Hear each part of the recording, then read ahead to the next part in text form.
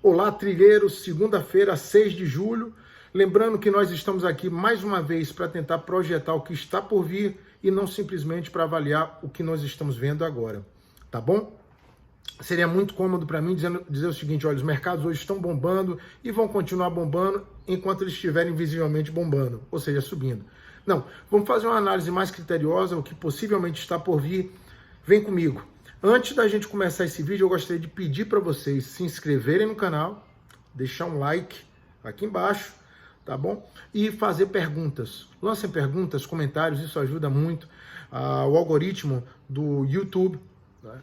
Colocar o nosso vídeo para que outras pessoas possam ver e também valoriza o nosso trabalho para que outras pessoas, mais uma vez eu digo, possam absorver essa análise um pouco mais criteriosa do que está por vir e não simplesmente ler o que está acontecendo no mercado ou ir com fluxo. Então vamos lá, tá bom? Eu começo com um título que eu escolhi para vocês, que seriam novos lockdowns, né? Ou seja, lockdowns estão ressurgindo, crise política, tá certo? Em um período de incerteza com divulgações de empresas que virão agora, começando essa semana e por aí vai, tá bom?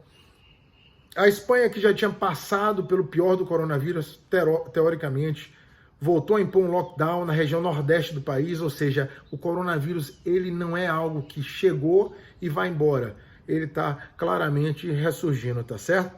A pandemia na Índia ganha novos contornos, a Índia ultrapassa a Rússia e o Irã tem o seu dia de maior mortes, ou seja, o Irã já tem um tempo com isso e as mortes ainda estão subindo por lá. Então, é realmente algo que a gente tem que ter cuidado, tá bom? Na Austrália, 2 estados fecharam suas divisas para conter o coronavírus. Israel decretou estado de emergência e o Trump, o mesmo da cloroquina, né, que hoje foi parada pelo FDA, que é o órgão que realmente fiscaliza essa questão dos remédios nos Estados Unidos, né? Está passando a cloroquina para outros países, não mais lá nos Estados Unidos, testando em outros lugares aí. Ele disse que uma nova vacina está chegando até o final desse ano agora, não do ano que vem não, desse ano, tá certo? O Trump que celebrou agora o 4 de julho, sem máscara, com aglomeração, então imagina isso aí, tá certo? No meio de uma pandemia mundial, com mortes crescendo nos Estados Unidos, isso é um dos problemas que está surgindo nos Estados Unidos, a gente tem um 4 de julho com mortes, com celebração realmente sem nenhuma preocupação nos Estados Unidos, tá bom? Isso também causa problemas para o próprio Trump, que se vê em um ano político, tá certo? E os adversários, notadamente o Biden, né, que é do partido democrata, ele vai estar atacando essa situação, isso, né, em momentos de crise, incertezas surgem política e aí vão vir bravatas, né, que podem causar mais oscilação, tá bom? Junto com isso tem a fala do Anthony Fauci, que é o principal articulador do combate nos Estados Unidos contra a pandemia, dizendo que lá podem chegar a ter 100 mil infectados dia. Tá certo? Então não imaginem que esse vírus está chegando e que as pessoas vão estar morrendo e que o consumo vai continuar igual. Não é isso que a gente está projetando, tá certo? Bom, a vacina teoricamente seria uma boa notícia, não é? Mas tem também uma pesquisa recente que diz que 50% das pessoas que foram pesquisadas, né, perguntadas nos Estados Unidos, na Alemanha e na República Tcheca, dizem que não tomariam uma vacina nova, né? Não pensem que a galera mais informada vai chegar tomando qualquer vacina, tá certo? Vacinas, leva-se tempo para fazer uma boa vacina e as pessoas realmente são cautelosas em relação a isso. Aqui no Brasil, nós temos 1,6 milhão de casos, né? E as mortes já beiram quase 65 mil pessoas, tá certo? Infelizmente, esse é um cenário.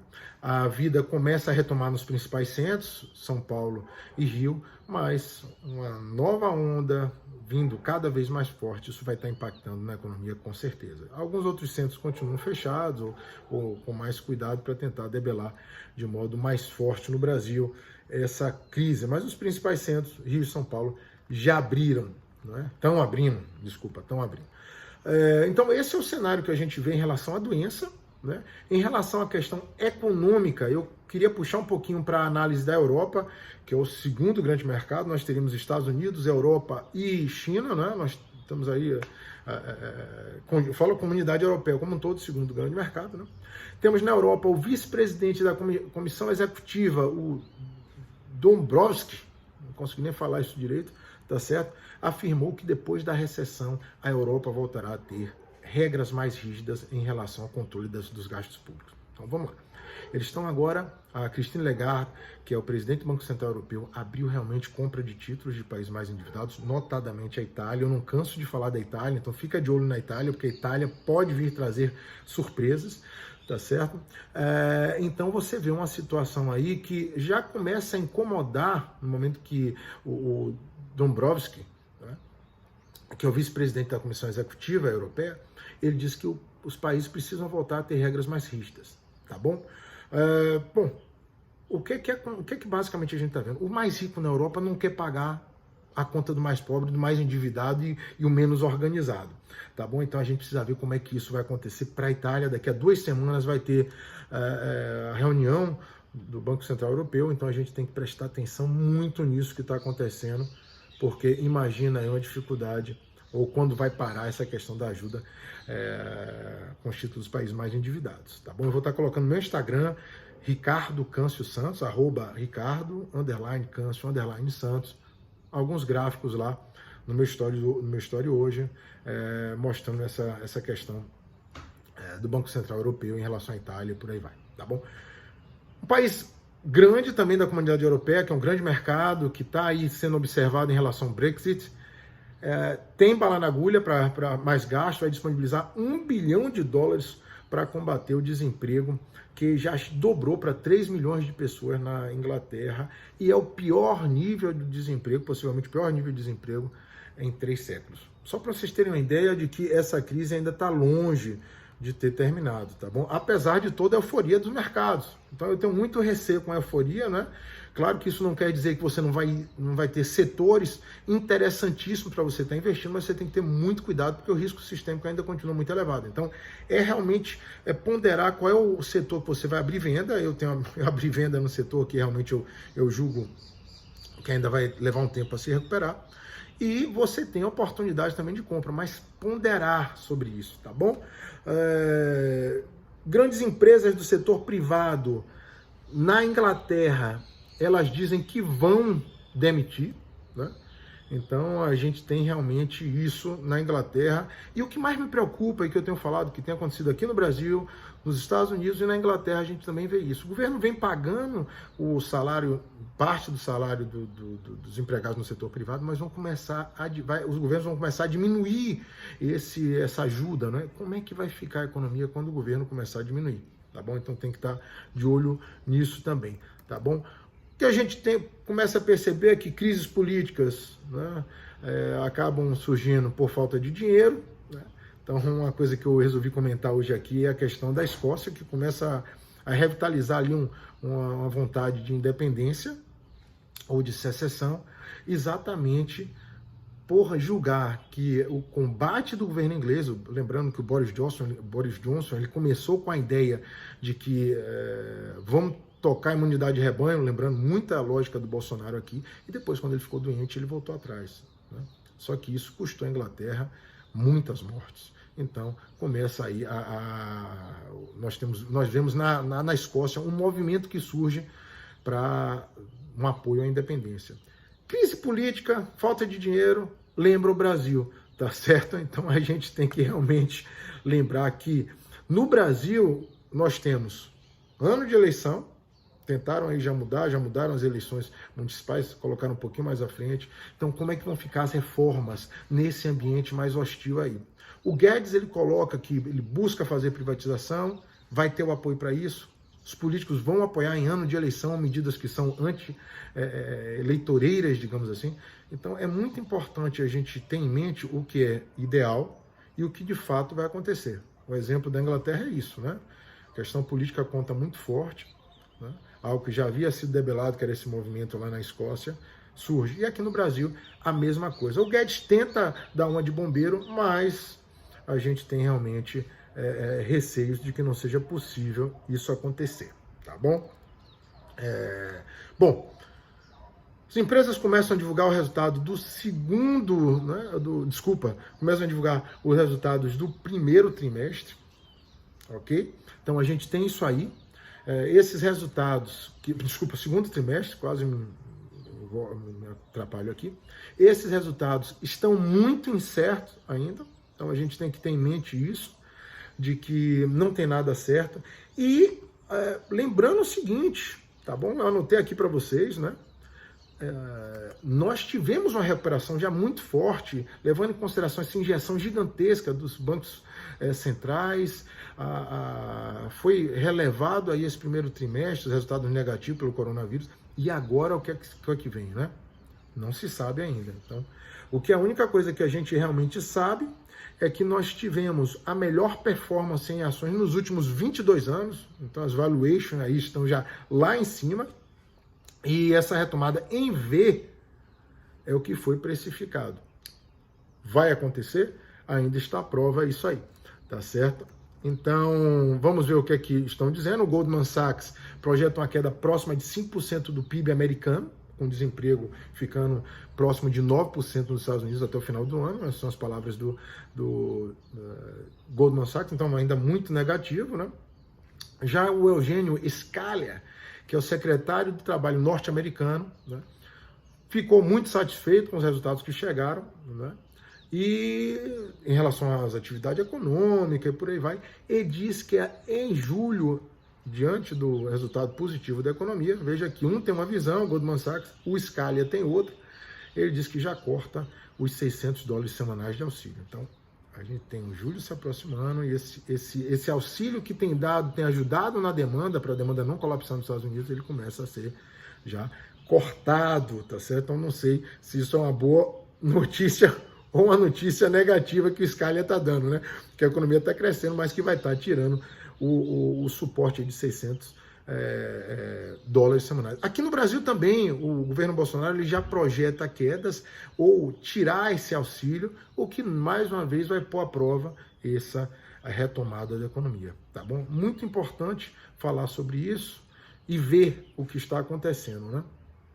Uma boa notícia que eu percebi aqui é a certeza, né, que existirá um esforço aí para que, uma vez cortado esses $600 na maior economia mundial, a que puxa o globo, né, vão existir projeta-se novos estímulos, né, corte de impostos e por aí vai. Vão acontecer, a gente tem que observar isso aí, tá bom? O que é fato é que as infecções por coronavírus estão aumentando nos Estados Unidos. Eu coloquei durante essa semana nos meus grupos aí um gráfico que mostrava muito isso, não é? E isso pode ser um golpe mortal aí nessa retomada econômica, tá bom? Tanto é que muitos economistas, né, pesquisados pela Bloomberg e avaliados também pela Reuters, dizem que aquela visão aí do início do ano, eufórica, um acordo comercial entre os Estados Unidos e a China, que a gente sabe que isso está cada vez deteriorando mais, como eu falei no meu último vídeo, né, isso é uma realidade, ela vai ficando para o passado aquela imagem, ficando cada vez mais uma realidade distante, tá certo? O que me leva, isso aí já é uma opinião minha, né, a ter muito receio, né, que isso que a gente esteja vendo no mercado de ações, né, é muito mais um repique do que uma retomada econômica consistente.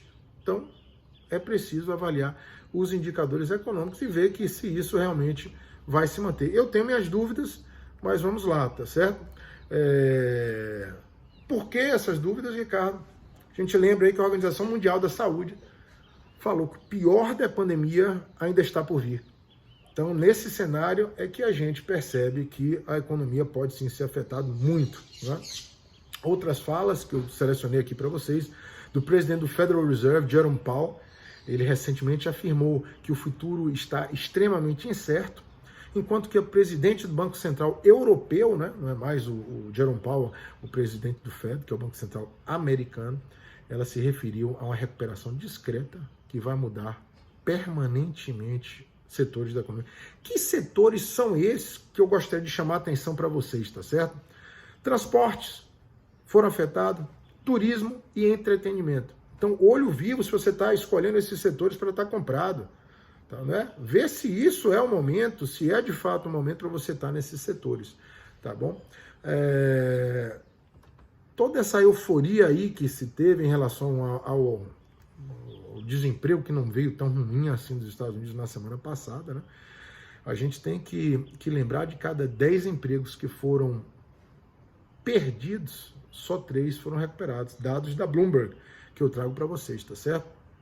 E aí, uma coisa também que eu tenho a falar, os governos estão altamente endividados, notadamente o Brasil, lembrando que toda essa realidade que eu estou avaliando aqui, que é o governo americano, ela afeta a nossa economia, que é uma economia emergente, tá bom? E aqui nós estamos extremamente endividados e a gente não imprime dólar.